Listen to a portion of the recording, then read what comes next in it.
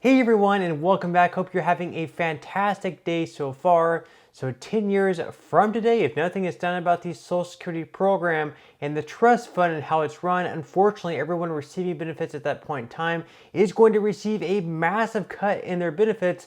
However, something can be done to fix this issue. So we're going to be going over some different things that they're talking about in Washington to resolve this problem. Also, just announced yesterday, Joe Manchin is deciding that he's not going to run for re-election in 2024 in the state of West Virginia. So we're going to cover what that means as well. And also, finally, the IRS is releasing their new tax brackets for 2024. We're going to be covering those as well. But before I go ahead and dive into the main content of today's video, if you wouldn't mind helping me out real quickly by just give this video a like. That just helps out with the good old YouTube algorithm, and also consider subscribing to my channel if you have not already.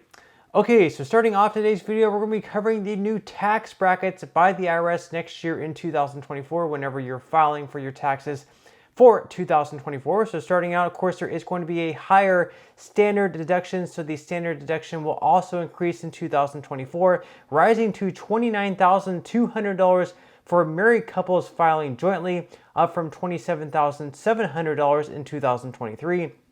And then for single filers, they may claim $14,600, which is an increase from $13,850. Now, as far as the tax brackets go, the highest tax bracket next year in 2024 is going to be $609,350, or $731,200 for married couples filing jointly.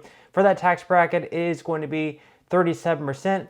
Then the next one is going to be $243,725 for single filers, and that bracket is going to be 35%. And then, of course, we have the second lowest bracket at 12% for $11,600 for single individuals, and then for married couples, that is going to be $23,200 per year for married couples filing jointly. And then anything below that amount is going to be your 10% bracket. Now, I actually think that that lowest bracket probably shouldn't be paying any taxes at all, because any income earned below that amount is going to be very difficult to get by. It's going to be very difficult to pay for everything.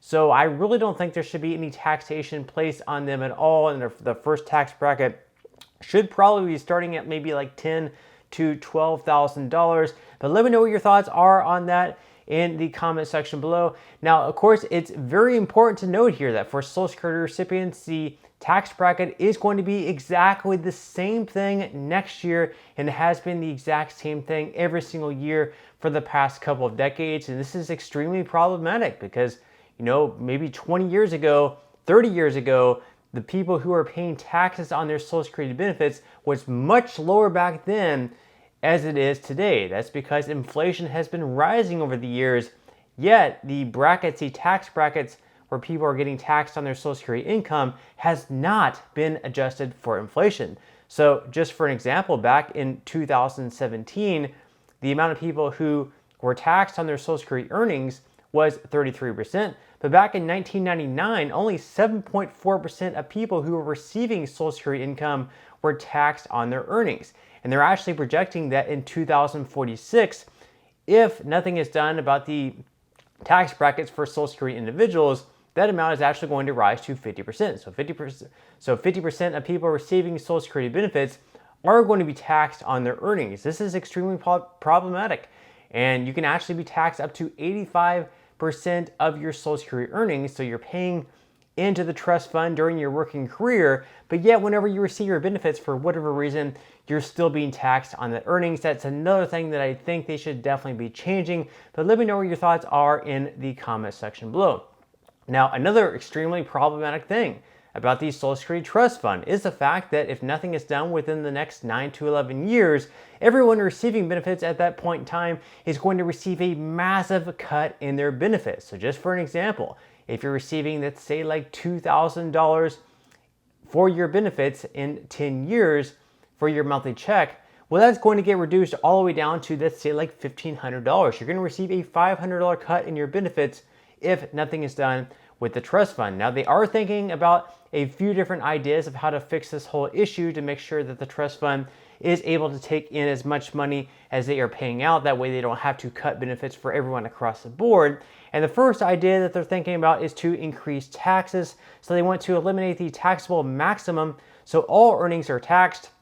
So currently this year, only earnings up to $160,200 are taxed for Social Security. So basically, out of each paycheck, you're paying either 6.2 to 12.4%, depending whether you're an employee or whether you're self-employed. However, if they wipe that out entirely, where even people earning $10 million per year are paying the entire $10 million into the trust fund, rather than just the first $160,200, that could perhaps fix the issue. They're also talking about to tax all earnings above $400,000. So you would have that donut hole between $160,200 and $400,000 where nothing is taxed at all. And then everything above $400,000 would once again be taxed. They're also talking about increasing the payroll tax rate by 25%. So by raising the Social Security payroll tax to 7.75% from 6.2% for both workers and employees, that may result in enough to pay 100% of the benefits in 2034. And then finally, they're also talking about taxing investment income, estates, gifts, and earnings such as carried interest. Now, they're also talking about, in addition to raising taxes, to actually cutting benefits. Part of this I could be on board for, but most of it I'm definitely not on board for, at least myself personally. So the first thing they're talking about is to reduce benefits for high-income individuals who have not yet claimed. And this is something that I think I could actually get on board with, because people who are multimillionaires, billionaires, Jeff Bezos, Warren Buffett, these people do not need Social Security income. These programs were set up to make sure that the elderly were not living in poverty as they grew older, just like food stamps. We do not want we don't want families, we don't want children, we don't want anyone to go hungry. That's why we have the SNAP benefits program. And Social Security is pretty much set up the same way. It was kind of supposed to be like a safety net for people who absolutely need this income as they grow older to have it. So why, in fact, are we giving monthly benefits to people who pretty much by, all appearances do not need this extra money? So I could get on board with that, where maybe, the millionaires and the highest earning workers, or the people who already have a very high net worth, probably should not be receiving any of these benefits. Now, they're also talking about gradually raising the full retirement age, perhaps from 67 up to 69. This is something I'm probably not on board with. And in fact, if you look at the United States over the past few years, the life expectancy has actually been declining rather than going up. So the argument to raise the full retirement age really isn't all that there. Then they're also talking about reducing the annual cost of living adjustment. So right now they use something called the CPIW.